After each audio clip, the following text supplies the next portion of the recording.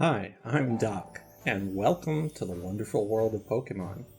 I think by now we all know that the Pokémon Legends Arceus game is different. You know that the game is different right from the beginning.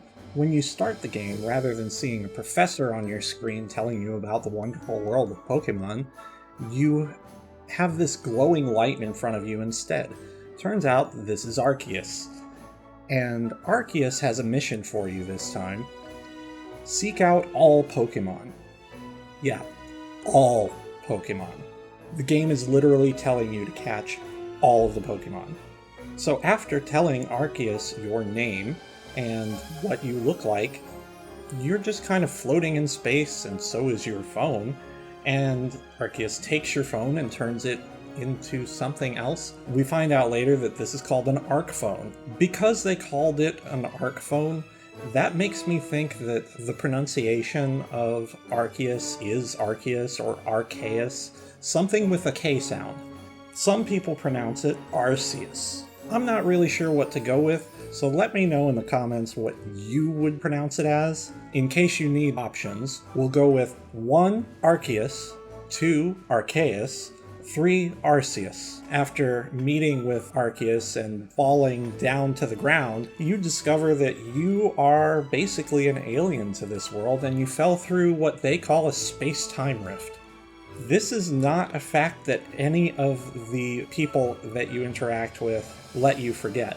They bring it up over and over and over again. Because of all this, you definitely know that this is already a different game. After picking up your Arc phone for the first time, you now have to go and catch the 3 starter Pokemon. Don't worry though, this is not where you choose your starter, so you don't have to start with the one that's your favorite. Speaking of catching, this definitely works differently than it did in previous games. The Let's Go series kind of changed things in such a way that your goal was to catch as many Pokemon as you could, and that was how your Pokemon gained experience.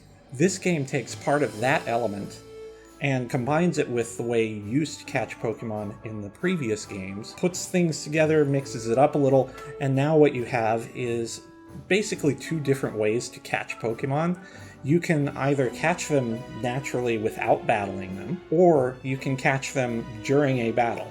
Either way, your Pokemon in your party gain experience points when you do this. If you're catching Pokemon before a battle, you can see an indicator on them that shows you just how likely it is that your Pokeball will actually catch them. When you're first starting out, you probably are going to get the first 2 Pokemon in the first try. And then the third one, they let you know pretty clearly that is not always guaranteed. The professor even says, yes, that can happen.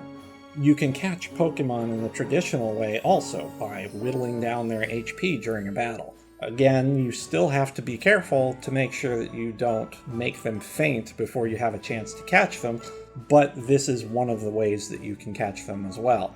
Every Pokemon that you catch has certain stats and certain moves, just like traditional Pokemon games. However, they did change one thing that is pretty significant for longtime players. IVs and EVs are not in the game in the traditional way. Instead, that's been kind of replaced by effort levels, which can be increased by the use of these things called grit sacks. There are different levels of these. One of them will allow you to increase any stat from a level of 1 to 3. The next level grit sack will let you increase a level from 3 to 6. And so on. All of a Pokemon's stats are completely visible. Pokemon natures still exist in the game, and boons and banes also still exist in the game. Your major difference now is that you can max out all of these stats. This makes things a lot simpler for the player. You don't have to worry about behind-the-scenes numbers that you can't see determining whether or not any particular stat can be maxed, because all of them can. Pretty quickly, the game's going to introduce you to this concept of ranks, where you can gain anywhere from 1 to 10 stars. This is essentially a replacement for the gym system. There are no gym leaders in this particular land. Instead, you gain experience points towards your star levels. Those star levels will unlock different things for you, like the ability to use higher level Pokeballs. Some crafting recipes become available to you. Higher level Pokemon obey you. And some of the areas in the story can't be reached until you get a certain star rank. Right after you're introduced to ranks, you're also introduced to the fact that the game now has crafting. You can take different materials and put them together to make things like Pokeballs, for instance. You're going to need a lot of these, so it's a good thing they have them in crafting. I would argue it's better to craft them because it's easy to get the materials to do it, and then you can save the money you earn for other things. After being introduced to crafting, once you go back into the wilds, if you follow Akari around until you're no longer asked to do so, Akari will present you with a crafting kit. This will let you craft the items that you know recipes for anywhere that you are. So this is definitely something you want to do early in the game.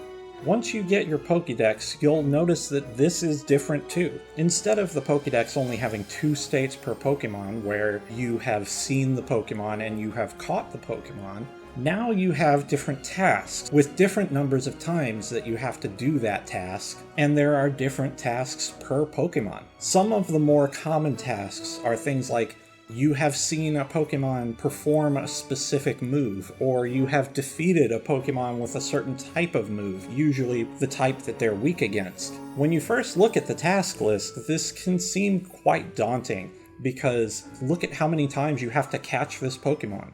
Look at how many times you have to see it do this move. But you don't have to get all the way to the end of every task for the Pokédex entry to be considered complete. The characters in the game and the game itself considers a Pokédex entry complete when it reaches a research level of 10. Speaking of completed Pokédex entries, there's a new mechanic in the game called requests. Basically, you can think of these as side quests with rewards. Some of the more common requests that you can get are to show a person a completed Pokédex entry. If you didn't already know that a research level of 10 was all that was required for a complete entry, you might think that these tasks are a little bit too much. In some cases, the requests are simply, show me this Pokémon. Some requests require you to hand over a Pokémon. Another difference is how Pokémon evolve. In traditional games, when a Pokémon would level up enough, it would simply evolve and you would have to press the B button to stop it.